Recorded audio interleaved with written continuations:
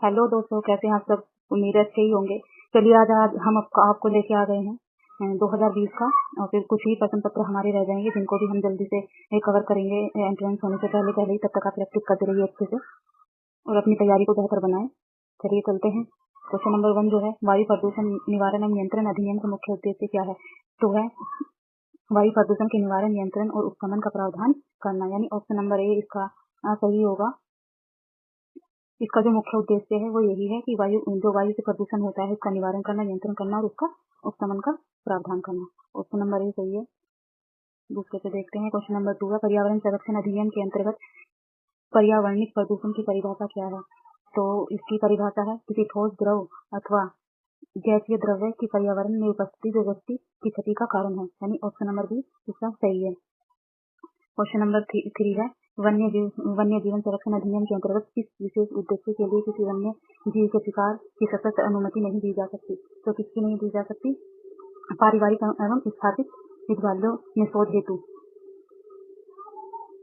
Option number D is the correct answer. Question number 4 है, plastic निर्माण, विक्रय और प्रयोग नियम 1999 के अनुसार किसके निर्देशन में प्लास्टिक का पुनर्चक्रण किया जाता है। तो किसके निर्देशन में किया जाता है। भारतीय मानक ब्यूरो। Option number B. आगे चलते हैं। क्वेश्चन नंबर 5 है, हमारे देश में कुल वन आच्छादित क्षेत्र कुल भूभाग के 1/3 भाग जो आदर्श स्थिति है से कम है, इसलिए संसद ने 42वें संविधान संशोधन द्वारा 2 और अनुच्छेद शामिल किए ताकि पर्यावरण में सुधार सुनिश्चित किया जा सके, प्रत्येक नागरिक को कर्तव्य सौंपा जा सके। तो वो क्या है।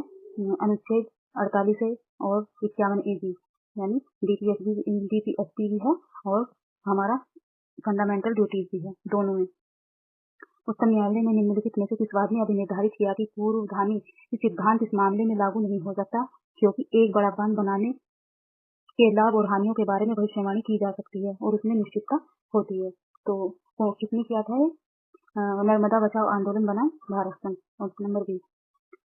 क्वेश्चन नंबर 7 है, निम्नलिखित में से पर्यावरण का मैग्ना कार्टा स्वीकार किया गया है। तो किसको। रियो घोषणा को। Option number A correct answer है। क्वेश्चन नंबर 8 है, उच्चतम न्यायालय के निम्नलिखित में से एक मुकदमे में स्वच्छ ईंधन के रूप में वाहनों में इस्तेमाल किए जाने वाले लो सल्फर डीजल की जांच कर रिपोर्ट देने के लिए भूरेलाल समिति का गठन किया गया था। तो कौन सा था वो। क्वेश्चन नंबर MC मेहता बनाम भारत संघ एवं अन्य। Option number D correct answer.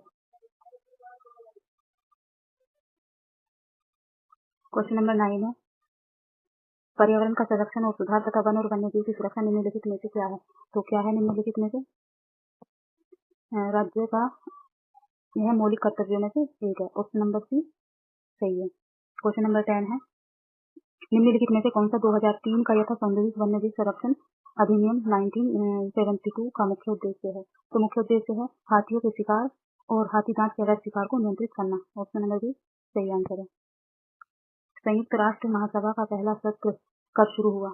तो जनवरी 1946। ऑप्शन नंबर ए सही है। क्वेश्चन नंबर 12 है, शरणार्थियों की परिस्थिति से संबंधित सिद्धांत और नियम अनन्य रूप से पाए जा सकते हैं। तो जेनेवा अधिनियम 1951। ऑप्शन नंबर ए सही है। 13 है, निम्नलिखित में से संयुक्त राष्ट्र का कौन सा अंग वैधानिक कार्यों को निष्पादित करता है। तो कौन सा है। महासभा। ऑप्शन नंबर सी, निम्नलिखित में से कौन सा विश्व व्यापार व्यवस्था का दस्तावेज नहीं है। तो UDHR। ऑप्शन नंबर सी।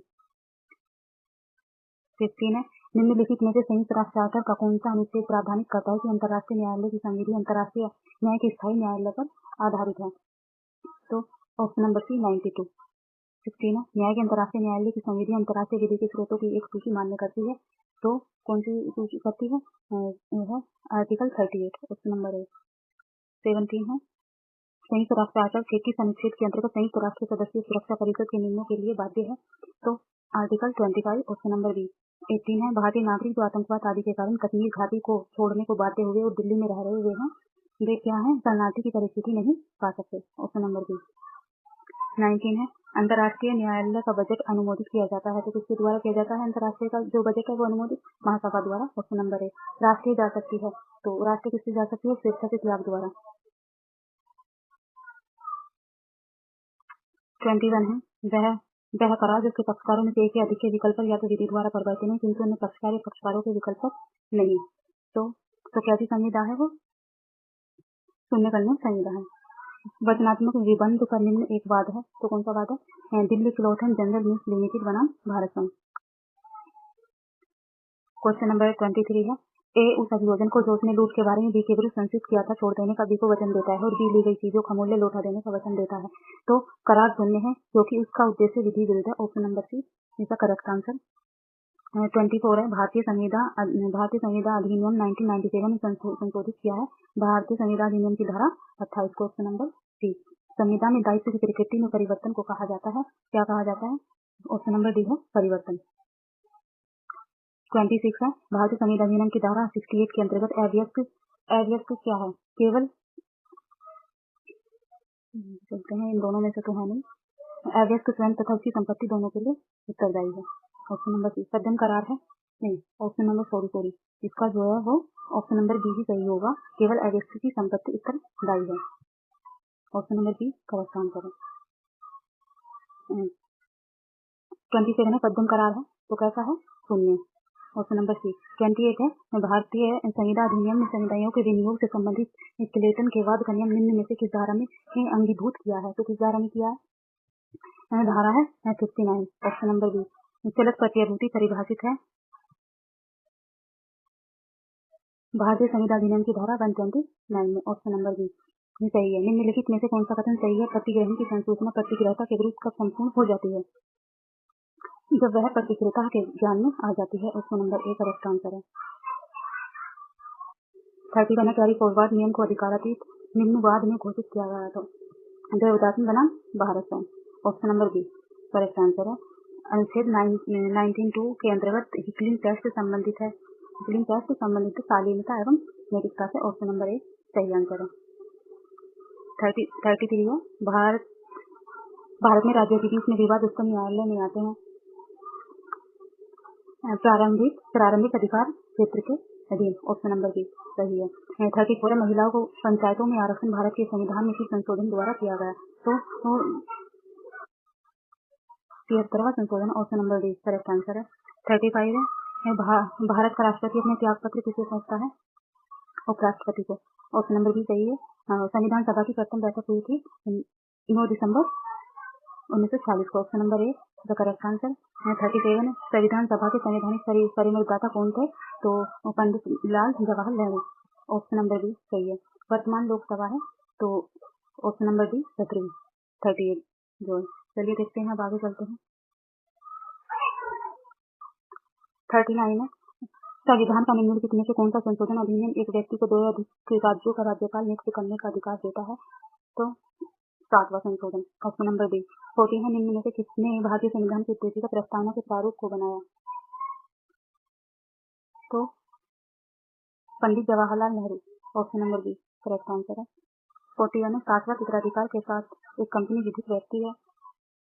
यह विधिक प्रक्रिया द्वारा बनाई जाती है तथा विधिक प्रक्रिया के द्वारा ही खत्म की जा सकती है। ऑप्शन नंबर सी सही है।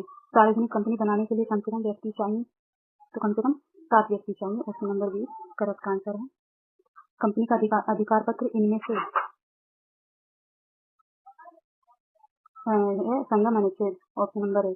44 है, यदि अनुच्छेद नियम के साथ विरोध में आ जाए तो न्यायालय विरोध को सुलझाएगी। ऑप्शन नंबर बी सही। Option number D. एक कंपनी की अंश पूंजी है। ऑप्शन नंबर ए है सामने अंश पूंजी और बी है अधिमान अंश पूंजी, ए और बी। ऑप्शन नंबर जो है इसका डी सही है, ए और बी दोनों उपरोक्त। 46 को एक व्यक्तिगत निजी कंपनी व्यापार शुरू कर सकती है। व्यापार शुरू करने का प्रमाण पत्र प्राप्त करने के बाद। ऑप्शन नंबर बी सही है। अंतराधिकम जारी किया जा सकता है केवल व्यक्तिगत कंपनियों द्वारा। ऑप्शन नंबर ए सही है। कंपनी के ऋणपत्र धारक होते हैं सदस्य। ऑप्शन नंबर डी सही है। 49 है, कंपनी की वैधानिक बैठक आयोजित की जाती है केवल सार्वजनिक कंपनियों द्वारा। ऑप्शन नंबर सी इसका सही आंसर है। क्वेश्चन नंबर 50 है, न्यायालय के द्वारा एक कंपनी का समापन किया जा सकता है यदि सामान्य वार्षिक बैठक करने में गलती हो गई। ऑप्शन नंबर डी सही है। हिंदू विवाह अधिनियम 1955 में पारस्परिक सम्मति से विवाह विच्छेद का उपबंध जोड़ा गया 1976 के संशोधन द्वारा। ऑप्शन नंबर बी सही है। चलिए, तो आज इसका हम एक पार्ट हमने कंप्लीट कर दिया है। कल हम इसका सेकंड पार्ट भी ले आएंगे। और तब तक आप लोग अच्छे से अपनी प्रिपरेशन करते रहिए, प्रैक्टिस करते रहिए। जितना अच्छे से प्रैक्टिस हो सके उतने अच्छे से प्रैक्टिस करिए। प्रीवियस को बहुत अच्छे से पढ़ें, एनालाइज करें और बार बार इन्हें लगाएं, ताकि आपसे मिस्टेक ना हो। मतलब जिनका पता हो कम से कम वो तो सही चले जाएं, उनमें कोई मिस्टेक ना हो। चलिए ठीक है, चलते हैं। Thank you, bye bye.